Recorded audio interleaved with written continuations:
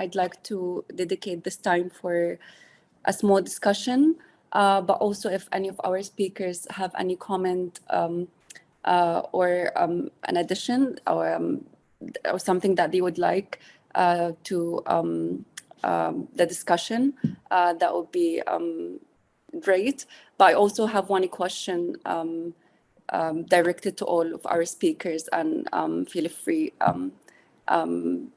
like if any of our speakers would like to answer that, which is the question is related actually to the ICC and if Palestinians should continue in pursuing justice through this organization that we've known for decades that haven't taken any action in bringing Israeli leaders accountable for the many and countless crimes they committed against Palestinians. Is the ICC as a legal and political structure, as Dr. Ramzi mentioned, is something that Palestinians should rely on? Or we've also heard from our other speakers about the other forms of mobilizations and direct action that have been taken place by people and not by institutions, and should we have more hope in that? I know that like they are not mutually exclusive, but I would also like to hear your thoughts about the International Criminal Court as a legal structure that Palestinians can get any form of justice through. Is it a battle that is worth the fight?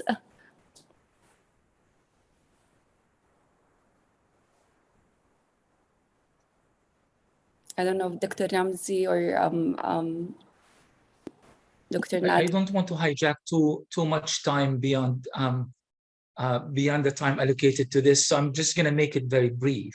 I think it all depends on how we are. Are we approaching the ICC and UNESCO and all other international institutions and the ongoing fight within these institutions? For example, the United States, as of today, decided that as of July 1st, they are going to be back in UNESCO. And they are going to be back basically to monitor China and to ensure that American vision for peace is going to be protected in the Middle East. Don't get me started in this nonsense. But the fact is, the US is using these institutions as a way to lobby for Israel and to protect Israel and the Israeli turf against anyone who dares push against it. Now, I have a particular opinion about the ICC and UNESCO and others that is different from my view, say, of the United Nations Security Council, because that is largely prejudiced by American veto and American control and pressure. The ICC and UNESCO and the ICJ and others are governed by different mechanisms that are largely more democratic. But even within democratic structures, you still have countries, shameless, brazen countries like the United States, that would use all means to ensure that they get their agenda sorted out at the end of the day. Does it mean we abandon it? Absolutely not. We fight in every possible sphere and space in order for us to get what, to advance our cause, even if through starting a global conversation on Palestine. I always argue that even in the battles we lose, we win, because at least we are talking about Palestine in every possible platform. But the problem is when we put all of our eggs in a single basket and expect that justice is going to come from the ICC. I don't know if you guys heard the supposed president of Palestine, Mahmoud Abbas, speak at the United Nations a few weeks ago, in which he was asking for international protection. It was really quite embarrassing, considering that it's actually the Palestinian resistance that are providing the best kind of protection for people in Gaza. It's going to be eventually Palestinian resistance that will stop Israel in its tracks, and it's going to be the Palestinian resistance that will liberate Palestine with the support and solidarity of the international community and civil societies everywhere else. But the ICC is still important.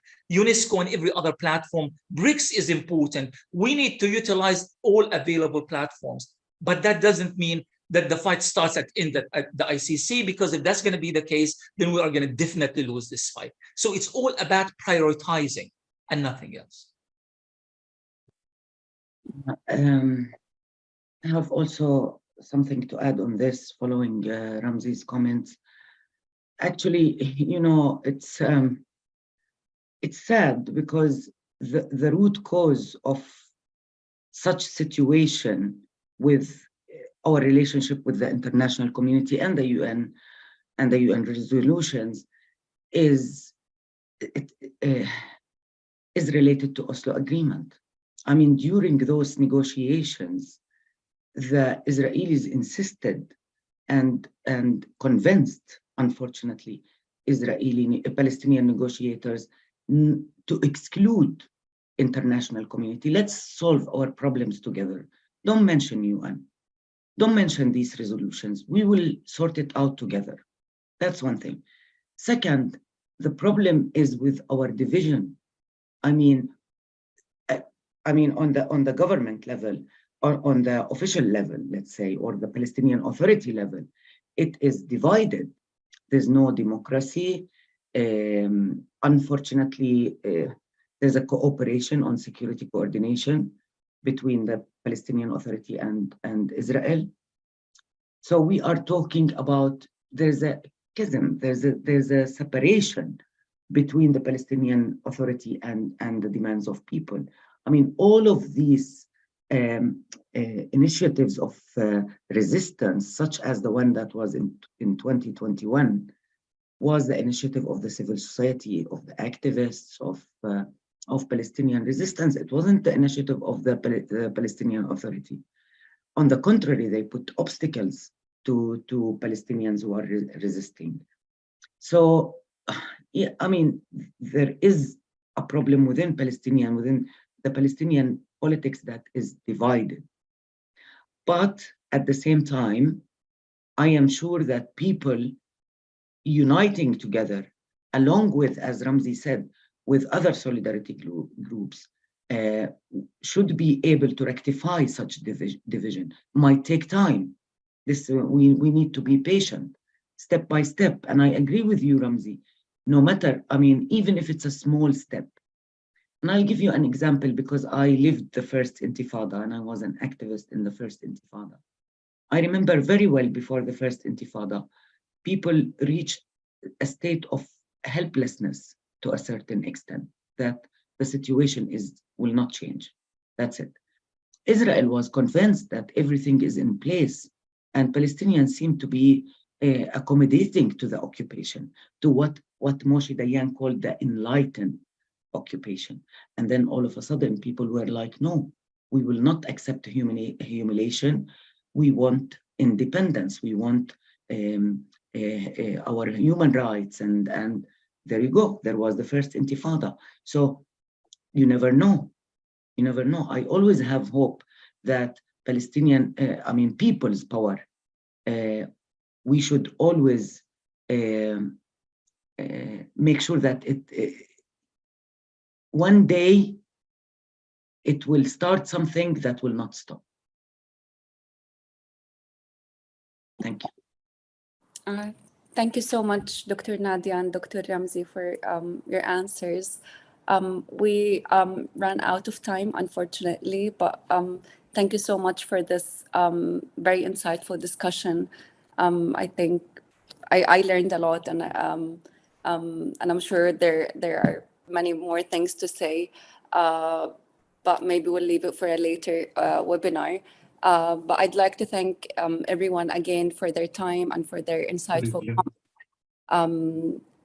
And I wish you all a beautiful evening, and ending on a hopeful note that, like, People's United, I think there's a lot of hope and people's power and resistance.